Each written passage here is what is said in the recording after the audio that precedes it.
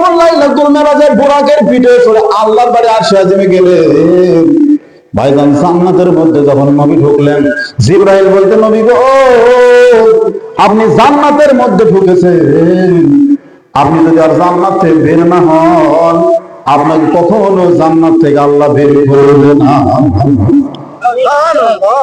নবী বলতেছে, জিবরাইল রে, আমি নবী আমার চিন্তা কখনো করি না, সবসময় চিন্তা করি আমার গুনাহগারের মধ্যে। সুবহানাল্লাহ। যে নবী গুনাহগার উম্মতের চিন্তা করে, যে নবী গুনাহগার উম্মতের চিন্তা জান্নাতের মধ্যে ছাড়তে পারে না, আর সেই নবীকে আমরা নেতা মানি না ভাই। আমরা বলি যে কার দল করি তুই কি জানিস? যে ঠেলা করলে ভারত পালায়, কাদের খোঁজ নেয় না, কাদের বুঝেন, কাদের খোঁজ নেয় না, কাদের মাজা উঠে না, কাদের ওই বলতেছে খেলা করবি। জোরে বলেন ঠিক কিনা? এমন নেতার দল করে, আর ওই কয় যে আমি কার দল করি জানিস?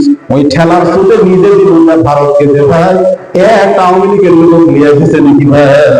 জোরে বলেন ঠিক কিনা? জীবন দিয়া দিলেন হাসিনার জন্য, নৌকার পথে খাটলে।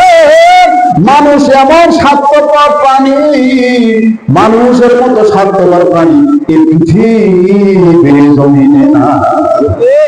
আমাদের নবী বলতেছে, জিবরাইল ভাই, আমি জান্নাতের মধ্যে ঢুকছি, এই জান্নাতের মধ্যে চিরদিন থাকবো না, আমি গুনাহগার উম্মতকে নিয়ে এই জান্নাতে ঢুকতে চাই।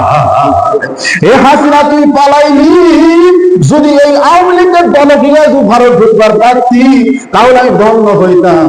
আজকে যত হুজুর লোক জ্বালায় জেলখানা ঘুরছু, তুই চলে গেছে ভারত, যা ওই দেশের দলে গিয়ে যায় থাক। কিন্তু আওয়ামী লীগের যারা ভাই আমরা আজি, আমার থুয়া হাসিনা জায়গায় থাকলো, আপনারা বলেন তো হাসিনার নৌকার দল করে কেমন লাভ হলো?